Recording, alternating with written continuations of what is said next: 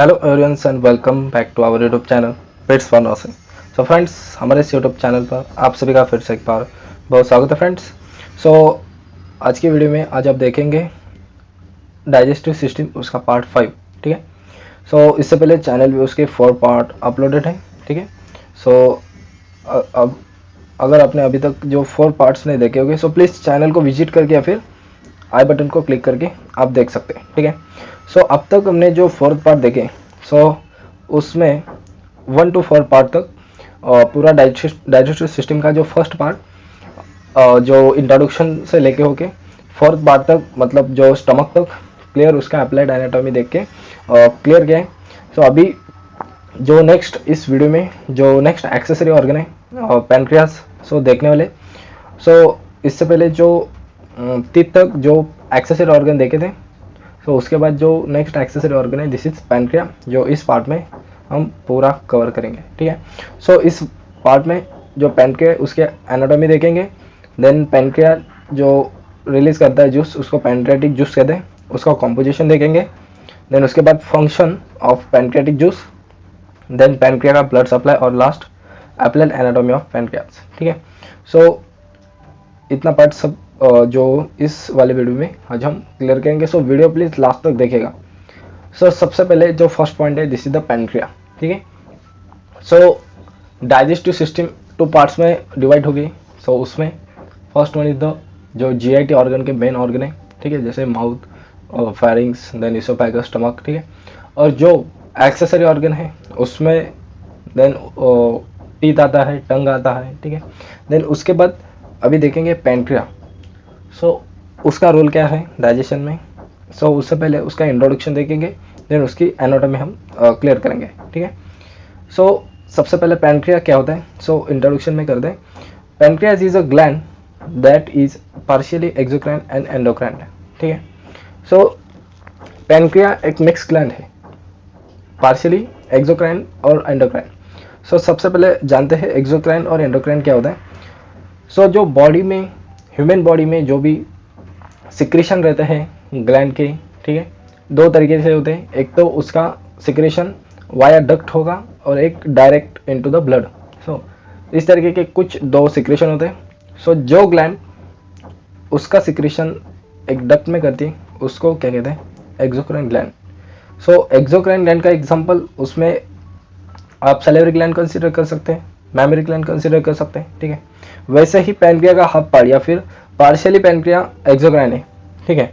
और जो ग्लैंड उसका सिक्रेशन डायरेक्ट ब्लड में करते हैं विदाउट एनी डक्ट, सो उसको एंडोक्राइन ग्लैंड कहते हैं।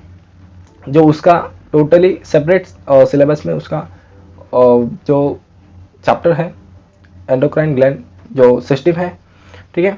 उसमें जो एंडोक्राइन ग्लैंड, उसमें आपका पिट्यूटरी ग्लैंड होगा, देन आपका थायराइड ग्लैंड होगा, उसमें एड्रेनाइन ग्लैंड होगा। ठीक है। सो ऐसे जो ग्लैंड रहते हैं उनका जो सिक्रेशन रहता है डायरेक्ट डक्ट, विदाउट डक्ट या फिर डक्ट का यूज न करते हुए ब्लड में करते हैं, उस वैसे ग्लैंड को क्या कहते हैं, एंडोक्राइन ग्लैंड। ठीक है। सो पैनक्रिया क्या है, एक मिक्स ग्लैंड है। उसमें उसका थोड़ा पार्ट एक्सोक्राइन का यूज होगा, थोड़ा पार्ट एंडोक्राइन। ठीक है। सो एक्सोक्राइन पार्ट क्या है, जो पैनक्रियाटिक जूस तैयार करता है डाइजेस्टिव सिस्टम में, उसका हेल्प रहता है। पैनक्रिया का जो एक्सोक्राइन ग्लैंड है पैनक्रियाटिक जूस का फॉर्मेशन करता है।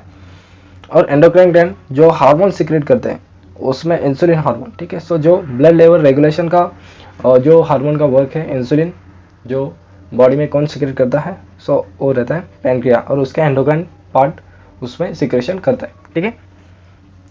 और it is soft lobulated and elongated organ. ठीक है, मतलब सॉफ्ट है, लोब्यूल्स उसमें मौजूद है और इलोंगेटेड ऑर्गन है। ठीक है। सो नेक्स्ट देखेंगे लोकेशन। ठीक है, अभी लोकेशन कहाँ पर मौजूद रहता है, देन उसका साइज एंड शेप देखेंगे। सो location, pancreas is located behind the stomach in upper left abdomen. ठीक है। सो जस्ट डिओडिनम के नोड पे जो मौजूद रहता है behind the stomach and upper left abdomen जो एरिया है, सो उसमें जो एक ग्लैंड मौजूद है पेयर शेप, उसको क्या कहते हैं, पैनक्रियाज। ठीक है। उसका साइज एंड शेप देखेंगे। It is a pear shaped organ, जो एक फल रहता है, फ्रूट रहता है, उसका जो शेप रहता है पेयर, उस तरीके का कुछ पैनक्रिया रहता है, और इसका साइज 15 to 20 सेंटीमीटर लॉन्ग है, देन 2.5 to 3.8 सेंटीमीटर ब्रॉड है, और 1.2 to 1.8 सेंटीमीटर थिक, ठीक है। सो पैनक्रिया उसका जो लेंथ है 15 to 20 सेंटीमीटर में है, देन इसका जो ब्रॉडनेस है, ब्रॉडनेस कितना है 2.5 to 3.8 सेंटीमीटर है, और उसकी जो थिकनेस है 1.2 से 1.8 तक रहती है, ठीक है। और उसका वेट 90 ग्राम एवरेज उसका वेट रहता है, ठीक है। So this is the pancreas. अभी देखते हैं पैनक्रिया का anatomy. So pancreas is composed of 4 parts which is head, neck, body and tail, ठीक है। सो जो पैनक्रिया के 4 उसके पार्ट्स के हैं, सो एनाटॉमी देखेंगे उसमें जो फर्स्ट है head, then neck, body and tail, ठीक है। सो उसके जो सेगमेंटेशन किया है पैनक्रिया को 4 पार्ट में उसका डिवाइडेशन है। First one is the head है, देन नेक है, बॉडी और टेल। सो उसका सेगमेंट करने के बाद अच्छी तरीके से उसका एनाटॉमी क्लियर होती है। सो देखते हैं first one is the head. Head जो आपको यहाँ पर दिख रहा है जो disc shaped, it is disc shaped right enlargement या फिर enlarge part of the pancreas, उसको क्या कहते हैं हेड ऑफ द पैनक्रिया, ठीक है। मतलब जो पैनक्रिया का राइट साइड है उसका जो डिस्क शेप्ड एरिया है, एनलार्ज पार्ट है, उसको क्या कहते हैं head. The next neck, it is slightly constricted part of pancreas which connect head with the body, ठीक है। सो जो बॉडी और हेड का कनेक्शन देने का काम कौन करता है, नेक, ठीक है। और स्लाइटली कॉन्स्ट्रिक्टेड पार्ट है, ठीक है, थोड़ा सा ऐसा कॉन्स्ट्रिक्ट हुआ पार्ट है, this is the neck. Then body, जो third region, this is the body. Body of the pancreas is enlarge and which extended from the its neck to the tail, ठीक है। जैसे नेक का कनेक्शन किस में था, हेड और बॉडी में, वैसे ही बॉडी का कनेक्शन नेक और टेल में है, ठीक है। और एनलार्ज पार्ट है, और last part this is the tail, जो आखिरी पार्ट है पैनक्रिया का, this is the tail of the pancreas and this is left end of the pancreas, ठीक है। जो राइट एंड है हेड है, डिस्क शेप्ड है, और उसका लेफ्ट जो एंड है पैनक्रिया का, this is the tail of the pancreas. So यहाँ तक उसका एनाटॉमी कंप्लीट होता है। सो नेक्स्ट अभी देखेंगे composition of the pancreatic juice. So then the next composition of pancreatic juice. So जो पैनक्रिया का सिक्रीशन होता है उसका पैनक्रियाटिक जूस, जो डाइजेस्टिव जूस, जो उसका एक्सोक्राइन फंक्शन बोल सकते हैं। सो उसमें जो जूस का फॉर्मेशन करता है उसको क्या कहते हैं, पैनक्रियाटिक जूस। सो उसमें जो कंपोनेंट्स क्या क्या मौजूद रहते हैं उसको क्या कहते हैं, कॉम्पोजिशन। अभी देखेंगे पैनक्रियाटिक जूस का कॉम्पोजिशन। सो उसमें सबसे ज़्यादा अमाउंट में क्या मौजूद रहेगा, वाटर विच इज़ 99.5%, और सॉलिड पार्ट या फिर सॉलिड पार्ट जो 0.5% रहेगा।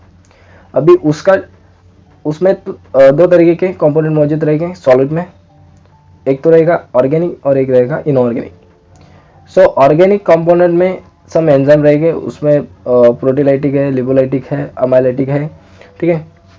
देन इनऑर्गेनिक कंपोनेंट में आपके इलेक्ट्रोलाइट्स मौजूद रहेंगे, मतलब उसमें सोडियम, पोटेशियम, बाइकार्बोनेट, ठीक है, क्लोराइड। सो इस तरीके से कुछ जो कॉम्पोजिशन है ट्री डायग्राम से यहाँ पर क्लियर होता है। अभी देखते हैं फ्रेंड्स जो कॉम्पोजिशन एक्चुअली थ्योरेटिकली पार्ट से यहाँ पर क्लियर करेंगे। Okay, so this is the composition of pancreatic juice. So first pancreatic juice which containing the water is about 99.5% and solid is about 0.5%, ठीक है। सो अगर कंसिडर करते हैं पैनक्रियाटिक जूस 100% है, सो उसमें से 99.5% क्या होगा, वाटर होगा, और रिमेनिंग जो 0.5% है सॉलिड पार्ट या फिर सॉल्यूट पार्ट उसमें मौजूद रहेगा। सो this is the first point in which the solid part of pancreatic juice which involve organic and inorganic substance, ठीक है। सो जैसे हमने क्लियर किया जो ट्री डायग्राम यूज़ करके कि आप देख सकते हैं कि सॉलिड पार्ट में जो उसके 2 कंपोनेंट हैं उसमें ऑर्गेनिक और इनऑर्गेनिक सब्सटेंसेस मौजूद है। In which the organic substance which contains enzymes such as trypsin, then chymotrypsin, nucleus, elastase, pancreatic lipase and pancreatic amylase. और जो अदर ऑर्गेनिक सब्सटेंसेस हैं सच एज उसमें क्या होगा, अल्बुमिन और ग्लोबुलिन, ठीक है। सो यहाँ पर ट्री डायग्राम में क्लियर किया था ऑर्गेनिक सब्सटेंस में जो प्रोटीलाइटिक एंजाइम है, लिपोलाइटिक है, अमेलाइटिक है, ठीक है, न्यूक्लियस, इलास्टेज, सो सभी एंजाइम्स उसमें मौजूद रहते हैं। देन अदर पार्ट जो ऑर्गेनिक सब्सटेंस का, उसमें अल्बुमिन और ग्लोबिन मौजूद रहेगा, ठीक है। और इनऑर्गेनिक सब्सटेंस में सभी इलेक्ट्रोलाइट्स उसमें मौजूद रहेंगे, ठीक है।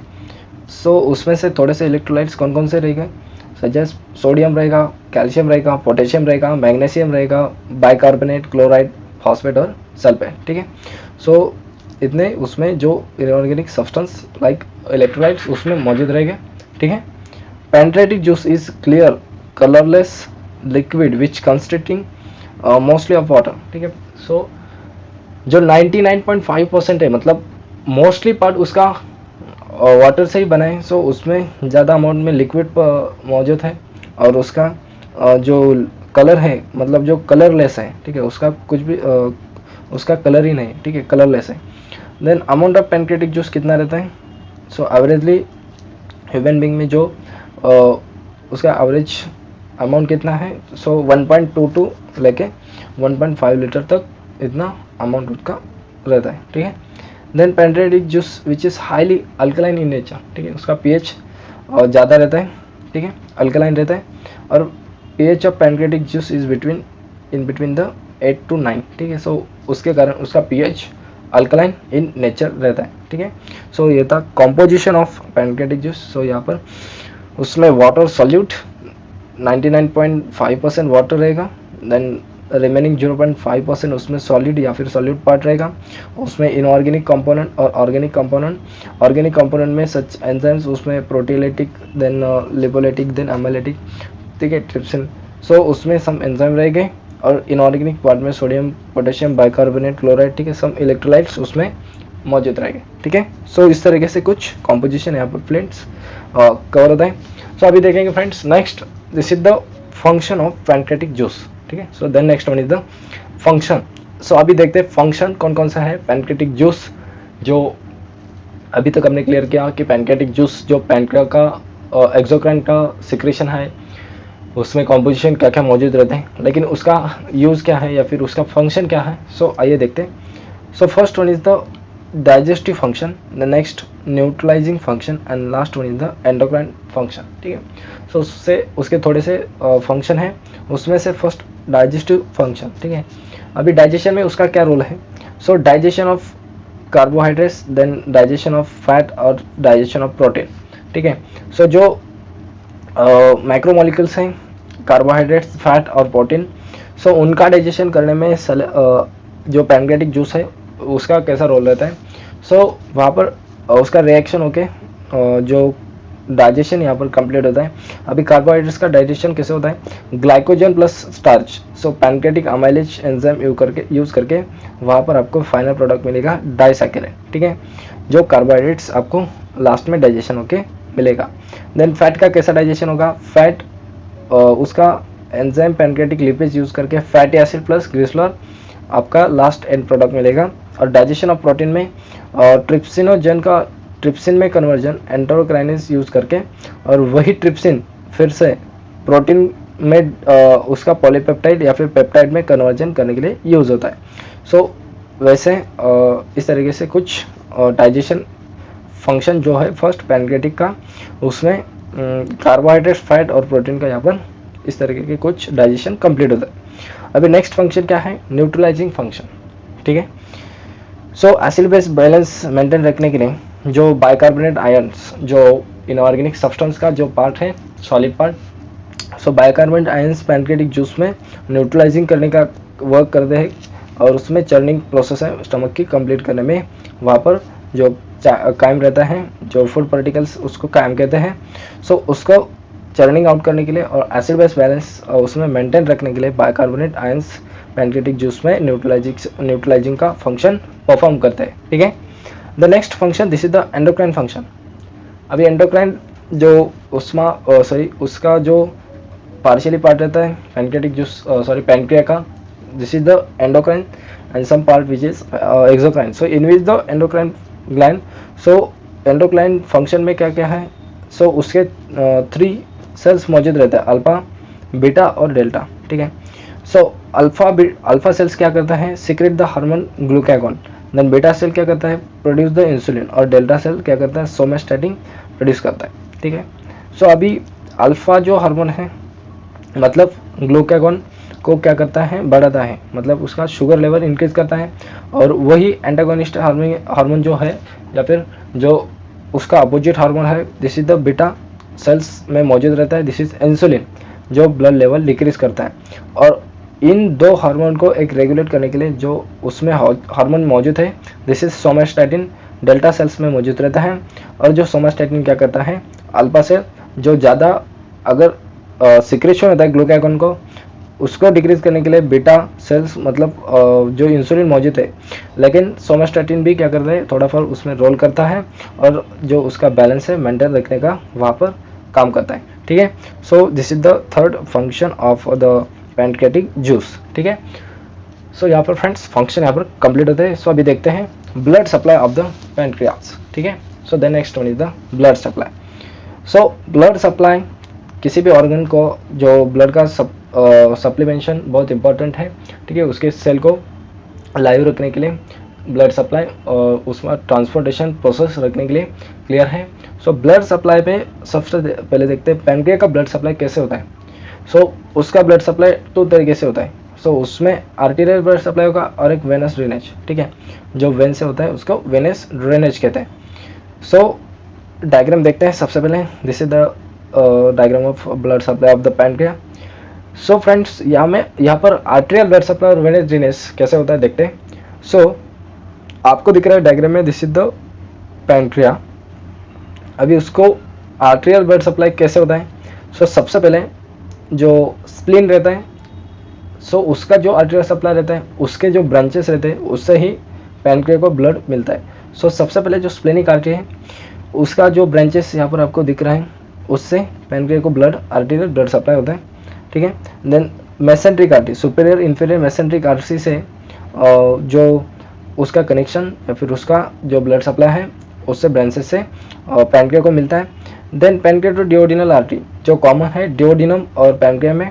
सो pancreas to duodenal artery superior inferior उसका जो उसके साथ ब्लड डिओडिनम के साथ पैनक्रिया को भी देता है, ठीक है। और गैस्ट्रो डिओडिनल आर्टरी जो स्टमक और डिओडिनम से होके पैनक्रिया को ब्लड सप्लाई करती है, ठीक है। सो ये तो होगा आर्टेरियल सप्लाई, ठीक है। Pancreas is supplied mainly by pancreatic branches of splenic artery, ठीक है। सो यहाँ पर आपने देखा कि स्प्लेनिक आर्टरी जो उसके ब्रांचेस हैं पैनक्रिया को ब्लड सप्लाई करता है। Then superior pancreatic duodenal artery, then inferior pancreatic duodenal artery और सुपेरियर मेसेंट्रिक आर्टरी जो 3 आर्टरी हैं जो कॉमन पेनक्रियाटिक डिओडिनल है, सुपेरियर इंफीरियर और मेसेंट्रिक आर्टरी और पैनक्रिया को आर्टेरियल ब्लड सप्लाई करते हैं, ठीक है। अभी देखते हैं venous drainage. Veins are drain into the splenic vein, superior mesenteric vein and the portal vein. So friends जो वेनस ड्रेनेज है, वेनल सप्लाई है जो पैनक्रिया का, सो उसमें पोर्टल वेन जो लिवर के कांटेक्ट में जो वेन है portal vein, then splenic vein है जो स्प्लीन के कांटेक्ट में है, ठीक है। देन मेसेंट्रिक वेन भी है, ठीक है। सो इन वेन से उसका जो वेनस ड्रेनेज कंप्लीट यहाँ पर होता है, ठीक है। सो यहाँ पर फ्रेंड्स ब्लड सप्लाई जो पैनक्रिया का कंप्लीट होता है। अभी बचता है सिर्फ last part of this video जो एप्लाइड एनाटॉमी है पैनक्रिया का, एप्लाइड एनाटॉमी है पैनक्रियाज की, ठीक है। सो पैनक्रियाज की एप्लाइड एनाटॉमी मतलब उसमें जो डिसीज कंडीशन है उसका स्टडी करना, ठीक है। सो जो फर्स्ट डिसीज कंडीशन है दिस इज पैनक्रियाटिस, ठीक है। सो एप्लाइड पार्ट यहाँ से स्टार्ट होता है और ये लास्ट पार्ट है दिस वीडियो का। सो पैनक्रियाटिस मतलब क्या, it refers to the inflammation of the pancreas, ठीक है। सो पैनक्रिया पर इन्फ्लामेशन होना या फिर सूजन होना उसको क्या कहते हैं, पैनक्रियाटिस, ठीक है। So it has 2 types. So उसके 2 टाइप के पैनक्रियाटिस होते हैं, एक तो acute pancreatitis, another is chronic pancreatitis, ठीक है। सो एक्यूट पैनक्रियाटिस जो जिस पेशेंट में जो पैनक्रियाटिस होता है थोड़े दिन के लिए होता है या फिर 6 मंथ से कम होता है, सो उन पेशेंट में क्या कहते हैं, एक्यूट पैनक्रियाटिस है। और क्रोनिक पैनक्रियाटिस जिसमें जो 6 मंथ से ज़्यादा उसका पीरियड रहता है पैनक्रियाटिस का जिस पेशेंट में, उसको क्या कहते हैं, क्रोनिक पैनक्रियाटिस, ठीक है। सो पैनक्रियाटिस क्यों होता है, सो उसका कॉज क्या है, अल्कोहलिज्म, ठीक है। सो अल्कोहलिज्म करने वाले, अल्कोहल कंज्यूम करने वाले जो पेशेंट है उनमें पैनक्रेटिस के फुल चांस होते हैं, ठीक है। अभी कैसे पता लगा जा सकता है कि पैनक्रेटिस है? सो उसका साइन एंड सिम्टम्स बहुत इंपॉर्टेंट है। सो उसमें माइल्ड एपिगैस्ट्रिक पेन होना, ठीक है। सो जो एपिगैस्ट्रिक रीजन है, जो 9 रीजन है, ठीक है, बॉडी के, सो उसमें से जो एपिगैस्ट्रिक रीजन है, सो वहाँ पर पेन होना, और उसका जो फर्स्ट साइन कह सकते हैं पैनक्रेटिस का। Next, hard woollen like abdomen, ठीक है। सो जो एब्डोमेन का नेचर है, जो नॉर्मल नेचर है उसका बदल जाना, हार्ड वुडन लाइक पेन होना या फिर एब्डोमेन होना, मतलब जो एकदम कठिन ऐसा लकड़ी के जैसा एब्डोमेन होना, ठीक है।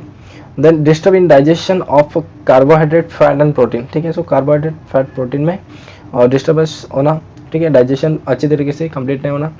देन स्टेटोरिया, सो जो in which condition the fat globules present into the stool, such condition which called as a steatorrhea. So steatorrhea मतलब क्या? उसमें पेशेंट के जिस कंडीशन पैनक्रेटिस में होता है, सो उस टाइम उसके स्टूल में जो ग्लोब्यूल्स, फैट ग्लोब्यूल्स मौजूद रहना, उस कंडीशन को स्टेटोरिया कहते हैं। और स्टेटोरिया पैनक्रेटिस के पेशेंट में आपको एक उसका सिम्टम्स दिख सकता है, ठीक है।